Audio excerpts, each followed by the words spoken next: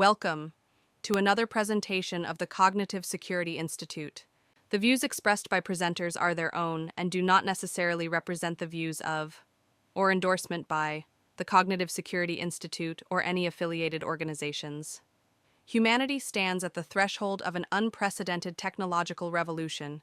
Advances in AI-powered autonomous systems, direct neural interfaces, and immersive digital connectivity promise to redefine human capabilities.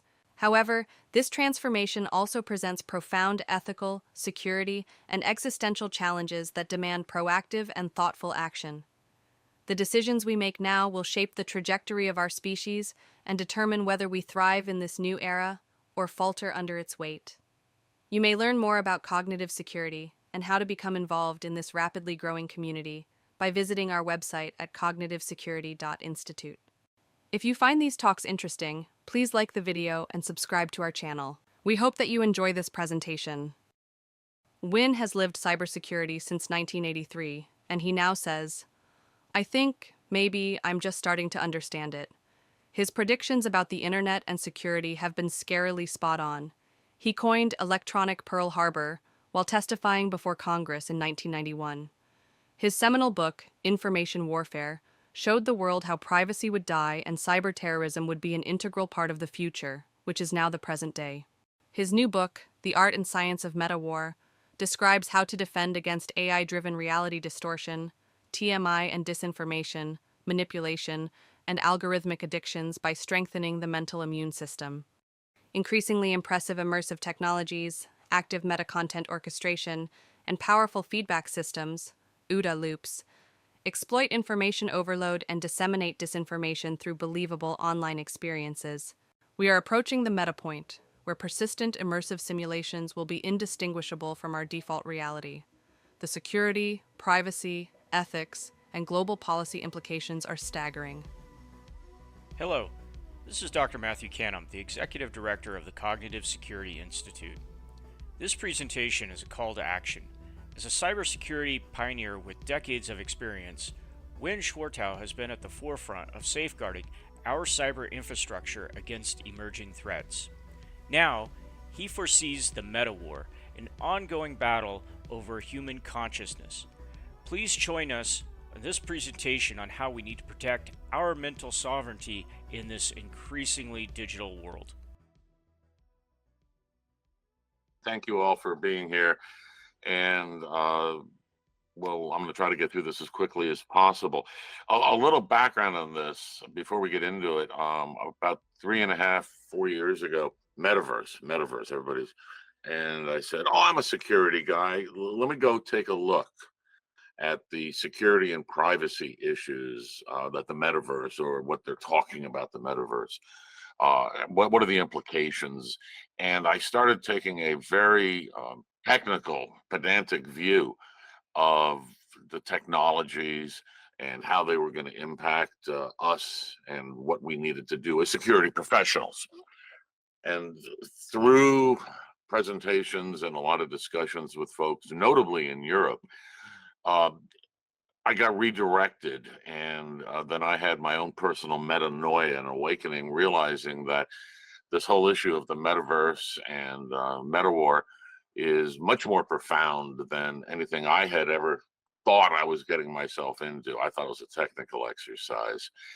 So when I go through this, keep in mind a couple things that I look at things through a different lens. I'm a cybersecurity guy. I've been doing it since '83, I guess. And so I look at the Metawar and cognitive defense through that cybersecurity lens, which has provided a different vector by which to view the issue, because we all come from different disciplines. And so we're going to look at similar problems with different angles. The other thing, because I grew up an analog engineer, I look at systems and how systems interact with each other. So when I started examining this and then re-examining it and re-examining it all, it ended up being much more of an analog systems view of what is going on with the technology and ultimately with our minds. And at the end of the day, I think that based upon an awful lot of the comments that are made out of the community that I've heard, this whole cybersecurity approach to it may offer a an actionable thing that we have history on that we may be able to use moving forward. So, Metawar, what is it? Metawar is the art and science of manipulating reality. Very, very simple. And it has been around for a long time. And ultimately, what is the metaverse is where everybody started talking. What is this metaverse? And so you got the folks who want to add avatars and we're going to be all immersive and all of that. But it's really, as we will show, the most addictive technology ever invented. And we are succumbing to it very, very quickly because it is so addictive. All of the aspects of it, and we'll get into some of these behavioral traits that exist, again, from a cybersecurity view. But the metaverse, in my view, has been around for an awful long time. The metaverse really is nothing more, because it's manipulating reality, is about how does it influence your mind. So go back 2,800 years, and Homer is sitting at the top of a mountain around a great fire with his friends, and he's telling them of the Greek night, of the tales of brave Ulysses, and he's absorbing them into his adventures with the sirens and all of the ships and all of the cyclopses and everything that he had to deal with. And people are captivated. People are still captivated by fireside chats, kids sitting around the campfire getting terrified with whether it's ghost or monster stories, because they end up being immersed into that very one-dimensional, voice, audio only, believable narrative. And throughout the years, things kept evolving technologically. And then books came along, where today, when you're reading a book and it's a really good book, you're completely immersed in it. You are part of it. And the only time that you notice that your reality has really shifted is when you were brought out of it to grab a cup of coffee or have some chips or something, when you then notice, I am no longer part or immersed in that particular narrative, the TV show, a movie, or just reading a book. Fast forward to 1938, and perhaps the greatest example was H.G. Wells. He's doing a radio show, obviously, only audio only, mono audio, and people are sitting around watching the speaker as he's talking about the Martian invasion. And what happens? Enough people fall into this alternate reality, another belief system, and go out and start trying to look for and shoot the aliens with their guns. Immersion narrative technology evolves. The first television broadcast in 1941, and then experiments going on with smell-o-vision and 3D, and up to ultimately where we are today with fairly immersive types of experiences that create different sorts of realities. For those of you who have maybe been to the Sphere in Las Vegas, there are moments that you are completely in a believable alternative reality. But because of the nature of technology, there are still distortions that we pick up. So it's all about immersion and belief systems in the shifting of your reality. And the goal we all like to talk about, whether it's Ready Player One, the three-body problem, the holodeck on Star Trek, it's about how far are we going to take this, and how far is it necessary for us to influence minds, have this cognitive warfare, metawar as I call it. And what does it mean? It means we have two sets of realities. And an awful lot of those realities that we are experiencing are bullshit. And we know this. But what we don't know really is how we deal with that level of BS and distinguish between our subjective internalized reality and the objective consensual hallucination that we call objective reality. And this gets into a lot of philosophical things. I know, as many of you and I have, we've had some conversations about this. But this is not generally part of what folks at home are talking about, because it does get philosophical and it tends to challenge the mind. So the Metawar thesis is where it really begins, and the Metawar thesis is pretty straight ahead. And the basis of all humanity and all communication is storytelling. And the storytelling needs to have some degree of believability for it to be immersive, to have your mind fall into this slightly alternate reality, whether it's a Hardy Boys book for teens or we're reading a Dan Brown novel or any novels, become part of it, because that creates a reality distortion for us that you're not aware of until you actually step back from it. When you're so watching that movie, you don't know that you are completely inside of an alternate reality, but you actually are. In the real world, what we see is the effect that makes this happen, or one of them certainly, is too much information overload. And we're going to get into this because of the effects that it has on the mind and the reality distorting effects that too much information and ultimately what becomes disinformation, how it affects us, because that then leads to the ability to manipulate people, as we have seen for the last 100 years in various cultures, societies, and nations around the planet.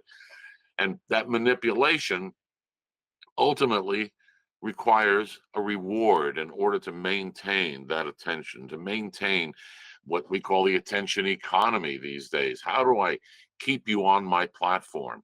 And it's through rewards. And those rewards, like buttons, create an addiction. We'll get into that. And once you've got that addiction, rinse and repeat, the OODA loop is in play, and we have compliance and ultimately belief. So back to the engineering aspect, I go, how does all of this work? And spent a fair amount of time looking at the actual engineering aspects of our senses, of what creates our reality. And these are the 5 basic senses that we talk about. And there are hard numbers that are associated with them. There are bandwidth limitations. There are capabilities that can be distorted by overload. And so here are some of the numbers, and then we've got additional senses, and this gets into what will constitute a sense. Vestibular, the sense of balance, that's a combination of others. Proprioception, how do I relate to the world around me so I know I'm not going to bump into things? And interoception, those internal feelings that we get that are created by both chemicals, internal, what we ingest, our environment, and the influence of the senses. This is what I generally refer to as passive content. When we're watching a movie, reading a book, where we are not actively involved in it, we are merely the recipient of it. And we already know the power of the word, of people's words, creating, whether it's cults, and we've seen plenty of that over the last 100 years, whether it's creating a belief system on falsehoods, whether it's creating a belief system for goodness that may or may not have some basis in objective consensual reality. Excuse me. This is all we have to deal with for the input to the brain. It's 11 megabits a second. So it's kind of like a crappy MP3 file is all that we have that's coming into us to create both our objective and subjective realities. But then we add in with the technology that's been coming along and all our, in the last 10, 20 years, we start looking at the feedback loops. And the feedback loops in these cases are often very technical. It's face tracking, eye tracking, body tracking, haptics that allow the technology to monitor us and sense how we are reacting to the passive inputs on us through that 11 megabits per second over our senses. And this is where, for example, Apple just came out last August with a patent that has 38 biosensors in their future generations of earpods. And what are those going to monitor? They're going to monitor everything up for EKGs, all of your body senses, various chemical reactions as they evolve the sensor technologies. And what is that doing? It's telling the machines, telling the technology how we react to passive content. And what this ends up creating is a complete OODA loop of integrating two systems. We're integrating our biological carbon-based systems, ultimately with silicon-based systems, with whether it's AI or it doesn't matter, but it's another technology, even if it's a IFTTT, if this, then that. Same type of reactions, but now it's a matter of how fast we can make this happen. And gaming may be the one of the best examples right now because they've spent a huge amount of money and time and effort over the years making games as immersive as possible, making them as reactive as possible. You're driving machines and you feel like you're bouncing around in the car because it has the haptics and the sensors. How far will this go? How far can what I call active metacon orchestration? How far are we going to go with this? Are we ever going to reach the holodeck? Maybe. It doesn't matter right now because we're feeling the effects of it already, and we need to do something about people just falling into cult-like, non-fact based, non-evidence, all of those things that we've been talking about for so long, versus a belief system that is created for you and amplified using feedback mechanisms. Sometimes we call them echo chambers like this. We see it in advertising, we see it in education, we see it throughout everything that we're experiencing today. And I know that in many cases, I tell people, I say, I don't believe anything anymore. I really don't believe anything. But this ability of meta content, active meta content orchestration allows us ultimately to create emotional responses by design with enough granularity. And we don't have all the tech yet. We don't have exactly how this is going to work in every single case. So right now we're operating in a very coarse type of manipulation, but it's going to get more and more detailed as the technologies evolve, as the sensor technologies evolve, and the feedback mechanisms and analysis of this. One of the things that I find particularly of note is we're using BCI and brain-computer interfaces in order to help people with certain disabilities. I think that's amazing. So we're able to, you've seen the folks with the brain implants, and now they're able to manipulate various machines and train the machine as their brain gets trained for this carbon silicon interface to be able to function, especially for paraplegics and quadriplegics. But one of the things that's occurred as well is the ability to actually read minds to a certain extent. This came out of Meta. And so on the left, a subject is looking at the picture on the left. The brain sensors, the neuronal patterns inside of the brain produce what's on the right. Now, this is done with fairly close sensors on the head. At what point in time in technology will we be able to do this at 10 meters, 100 meters?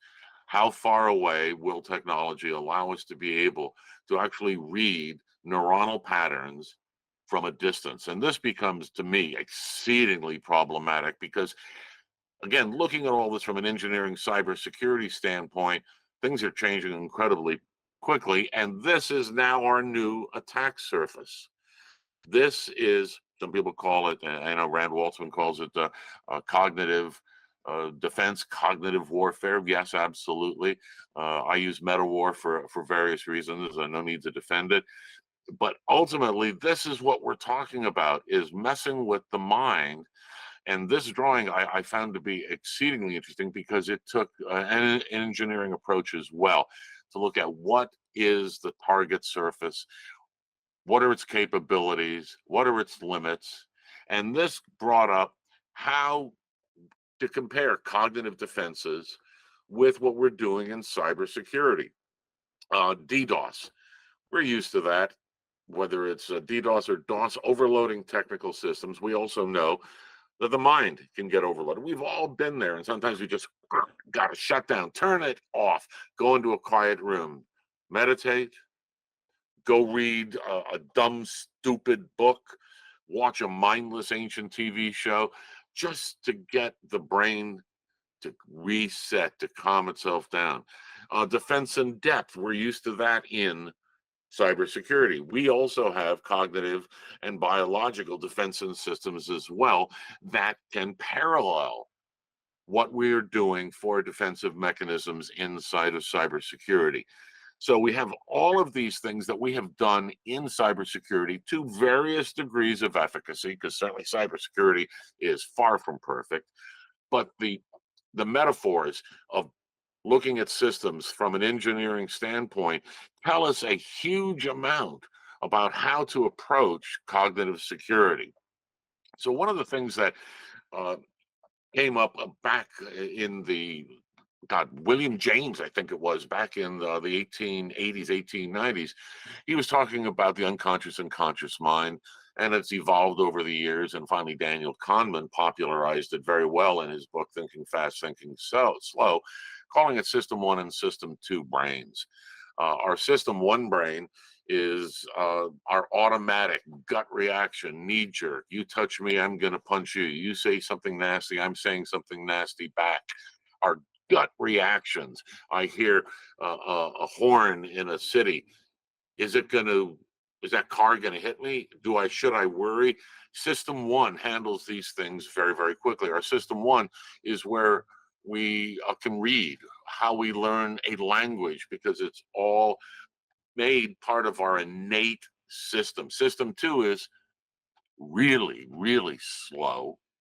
And many of us have heard and experienced, certainly, mental overload just from having to work so hard mentally at a problem. And it eats up a huge amount of energy, huge amount of time. And one of the things that is uh, not really talked about a lot is the sheer amount of processing.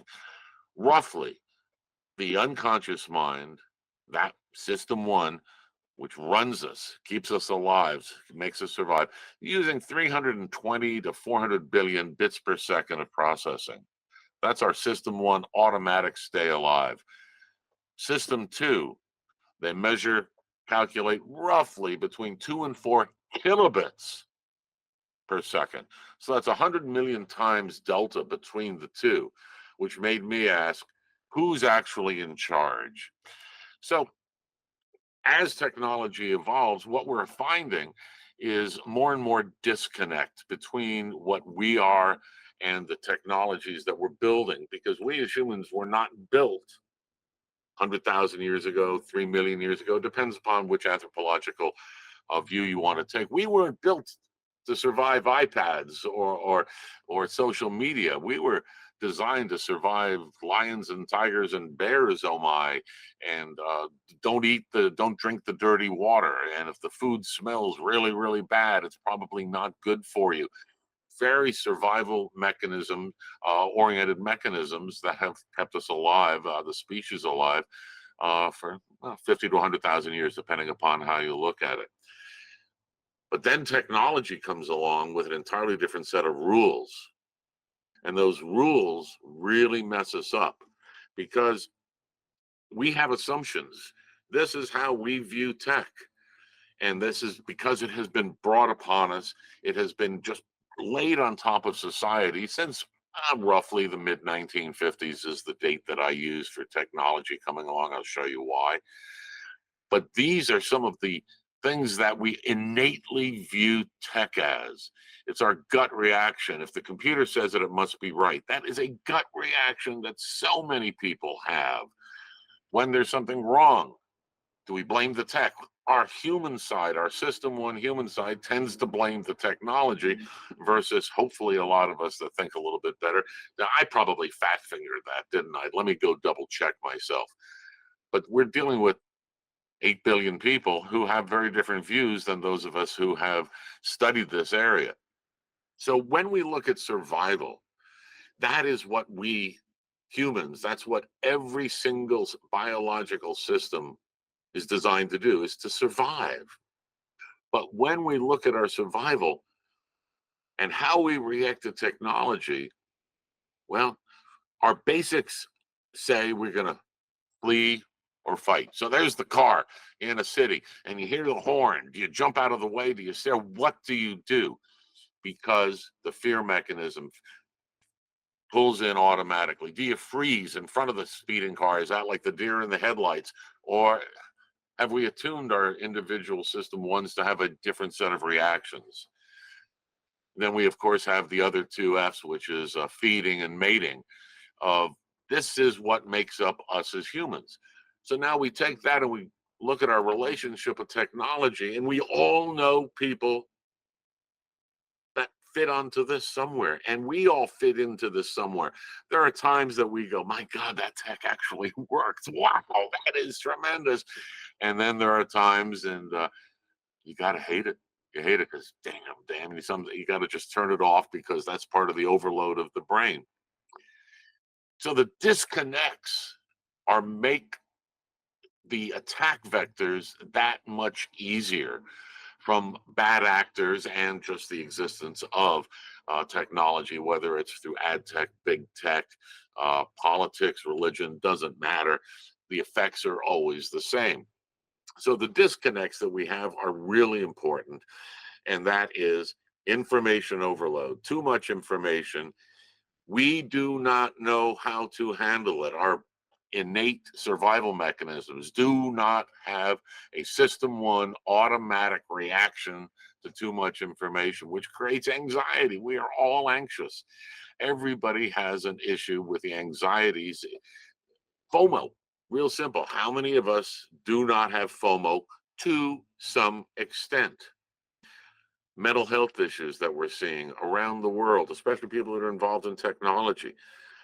We are seeing more and more stress and anxiety in society, and it's blamed on various sociological things, sure, but I'm looking at it that technology creates it. Then we've got algorithms. How many decisions daily do you make? How many decisions do algorithms make for you? How many of those decisions are you consciously aware of? Are you good with that? And this brings up a whole litany of questions, because then we end up with something that kind of where I started almost on this about 4 years ago. PIB, PII, personally identifiable information, mission critical, yes, yes, yes. Designed by privacy by design, security by design. However, when we get involved with these feedback mechanisms, and we have the technology, whether it's Apple's or Meta's, it doesn't matter, and they're picking up the human reactions and senses and reactions to passive content and create an active content loop, then we have personally identifiable behavior, meaning that the granularity, the detail of the behavioral response to any input to our systems, that 11 megabit system, is a violation of a new kind of privacy that may have, in my opinion, certainly even more profound impacts. Because if I'm able to predict exactly how you are going to react for anything, well, I've won. Advertising has known this for a long time. Many of you noticed maybe it was before COVID and then after COVID. You used to have 6, 7, 8 different types of, and I'm using peanut butter as an example because it happened to my wife, at Walmart. And now it's down to 2 or 3. Why? Sales go up because 8 selections, too much information, and that violates our ability to make these decisions. And now when you're in a Walmart, they know that your behavioral response to having less options will create more money. Does everybody know that? I don't know, but it's certainly something Madison Avenue and advertising is known for a long time. You build in then all of this behavioral control, and you end up with digital addiction. I'm sure most of us would not want to give a 6-month-old a pacifier laden with either opioids or cocaine. However, we give the equivalent drug-inducing technology to people because that like button, every time it happens, a little serotonin goes off. And depending upon the depth of your relationship with the technology or the others at the back end of it, then there's various dopamine things that can go on. And then ultimately time. Time has been at the basis of all information and cybersecurity issues. I know certainly since I've been involved in the field, it's all about time. Tech never turns off. Tech doesn't care. Tech doesn't rest. Tech is always, always there. And it's a million times faster, some arguable number, which always, when we look at OODA loop and survival in OODA loops, that means he who is the fastest will win. And that's what we're up against. So we begin with too much information. And I actually remember this from the late 80s. Oh, we're all going to have access to more information. And that's a really good thing. Well,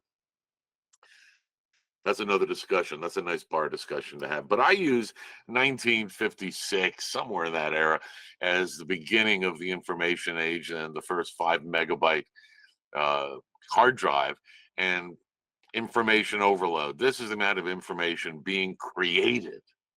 This is how much we have to deal with as planetary citizens. And what happens to the human?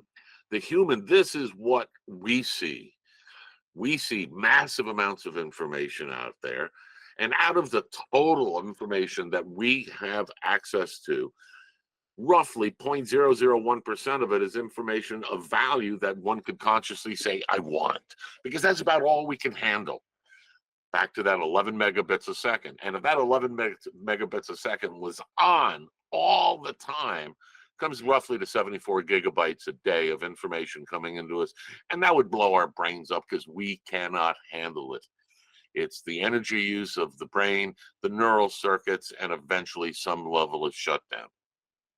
We hear then, out of all of the too much information, information overload, the info glut, whatever term you want to use, a lot of people are spending a huge amount of time on disinformation, rightfully so, but disinformation has also become so weaponized and so politicized.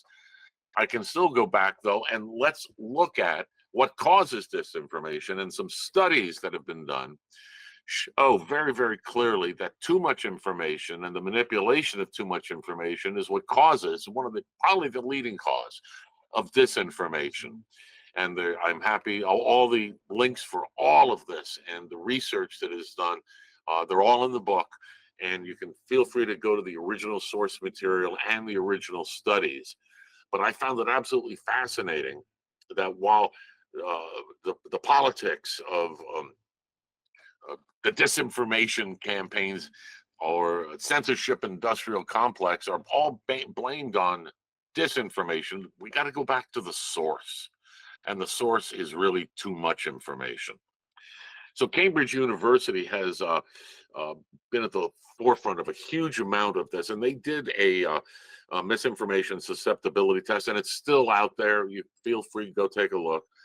And they wanted to understand they wanted to look at the U.S. because of the polarization of what's going on here, and see how politics potentially affects the receipt of disinformation, misinformation, whatever term you're comfortable with.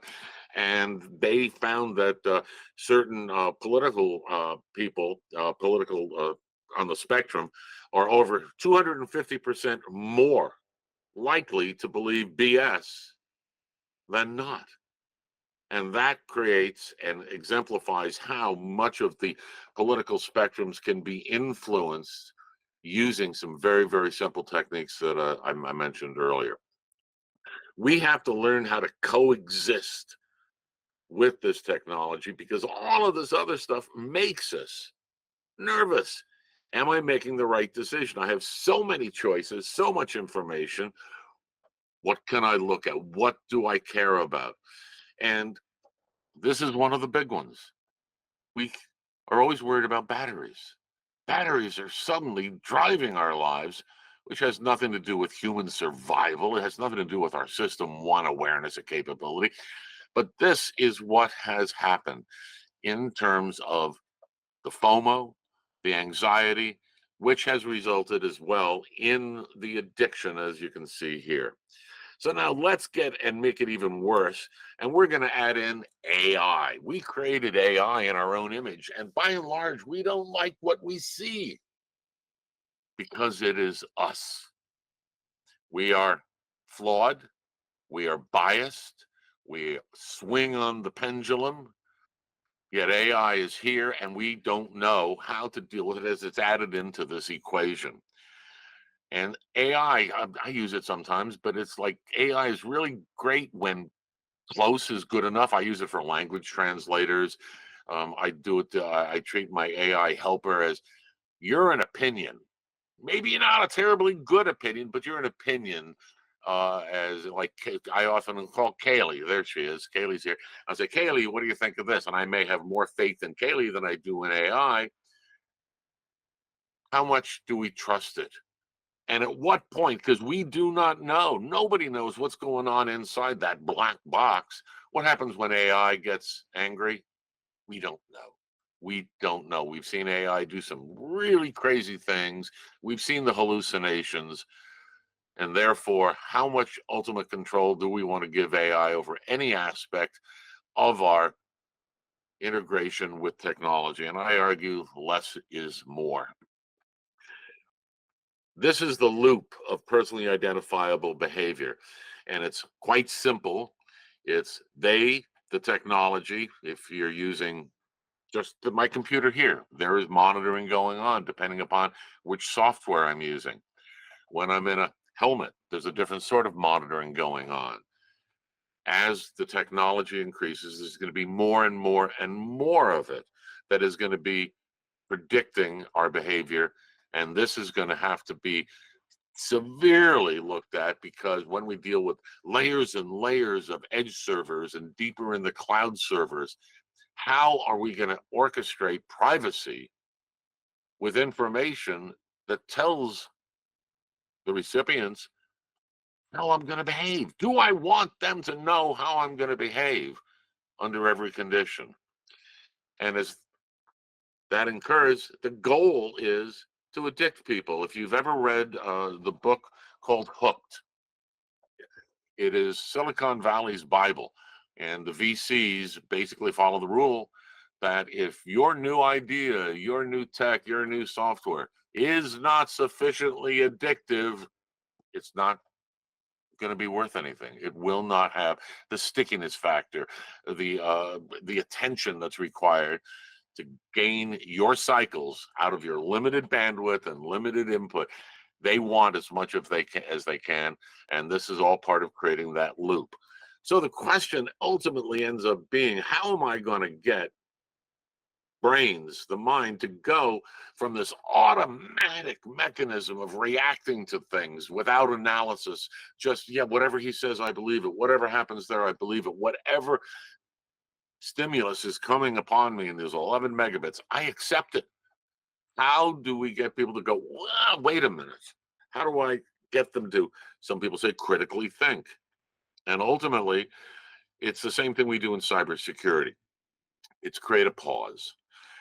Same thing we've taught our kids when they get all upset. Go, take a breath, calm down, count to 10. Or as my wife will say, let Winn think about it for a couple days. He'll come around once he actually thinks. Pause. In order to engage, using Kahneman's terminology, system 2, to actually turn on a little critical thinking. Or it's a term that I really prefer now because of too much information and what's happening to us, critical ignoring. And I'll show you how that works. But how do we get pause? Humans, our survival mechanisms, our innate survival mechanisms provide the tools for us to create the wow factor, curiosity, noise, come to make people, whoa, just whoa, whoa. And we all do that when I travel a lot. And when the plane does that, I'm going, whoa, that's a wow factor. How do we get that pause factor to get involved? And there's a history of this that goes back a fair amount, and it goes back to the early 60s. And it's called inoculation theory. And I hate the word because it has picked up some pejorative meaning since COVID. But it was initially conceived of by Bill McGuire. And it was, how do you solve brainwashing? How do you get people to come out of that brainwashing? fears, the activities that we worried about with the red threat and what have you. And he came up with inoculation theory called pre-bunking. And pre-bunking has been proven to work. Pre-bunking is a simple mechanism that basically feeds you a question. That's it. Feeds you a question, warns you that you're about to be lied to, misled, and just turns on just very little bit, pre-bunking the idea that you will be misled. That's it. And that is the first step in that pause mechanism. Because once we have that pause mechanism, once we get that little tiny question mark and do it repeatedly, this loop starts to come into effect. And that loop, after the pause, allows things to occur, allows more training. It allows what, and we come from the security awareness world. And so after the pause, there's a huge amount that we can do, that enterprise can do, that the country can do, that individuals, educational institutions can do, because there are so many aspects of it. When we look at just any politician trying to answer any question, and all we want is the answer, and they veer this and they veer that, and they never get around to it because they're using logical fallacies. And if you're not familiar with Professor Melanie Tracy King, I really suggest you become familiar with her work, because it's an amazing collection of research and tools that she has built. After the pause, then we can start getting people to do better critical thinking, better critical ignoring. And up there in the upper right, it's called the cyber range. And in cybersecurity, we know how to have 100 blue guys fighting 100 red guys in a cyber range trying to take over networks. We have the existing technology to do the same thing when it comes to cognitive issues. Create the red team, blue team, bad actor, good actors, in order to, how do you survive? How do you survive an information-rich environment like that? And that's, I'm still more impressed with the idea of critical ignoring, because I often will do I care when things come down my phone? Do I care about that? No, probably not. Do I have time for it? These are simple questions that are all part of after the pause. If I can get people to think of these issues immediately after the pause, because then that becomes part of system one reaction. Getting critical ignoring to become part of system one, I think, would be a great thing. Now, I've broken down Metawar into personal class and class one. Class two, I'm not going to get too much into the enterprise view of it, but it's effectively the same stuff, just on steroids, affecting your entire organization. But class three Metawar has been going on for a long time. And if you're not familiar with the works of Yuri Bezmenov, I really suggest you read especially his book called Love Letter to America. And it's about how Russian and Soviet disinformation campaigns going back to the 1940s are finally coming to fruition in the United States. And oddly enough, his book was written in 1984. So this started me down this road of, wait a minute, something's fundamentally wrong here. So I started looking at who's involved in this space, what is actually going on in it. And so I asked myself, how many of these things are going on? How much research is really going on in Europe and the UK? Spent a fair amount of time over there looking at this, meeting with a lot of people in various countries. And there are somewhere in that area, depending upon how you define the research programs that are going on. Right now, the EU and UK are spending roughly 5 billion euros a year working on national cognitive defense and similar types of issues. And in the US, how much do we have? Anybody guessing? You're there, I can't see you. But here's the answer. We got nothing. We have nothing. And a lot of that has to do with political events that have occurred with shuttering research here in the US over the last 2.5 years. So comparing them, over there, they're doing an amazing job. And that's one of the reasons I've spent so much time over there learning and trying to glimmer what they are doing and how it could help us, because back here, we don't have it. We are effectively defenseless against these types of attacks. And we're seeing this with cult-like behavior, regardless of the topic. Regardless of the topic, people are behaving more cult-like, which is a system one reaction, which means no critical thinking going on at all. Again, going back to these, and I know this is a very quick overview, we have the ideas, we have the metaphors, we have the tools from cybersecurity, the approaches to apply them. And a lot of this work has been done for us if we have the will. But ultimately, this is about coexistence between us and technology, because you have to keep in mind, number one, he who controls the technology controls the narrative. And that scares the living hell out of me, because there's not a lot of people controlling the technology today. It's a very limited subset of those that have the resources to do it. And we've got to get our defending and strengthening our mental immune systems. I don't see another way, and I really look forward to your comments.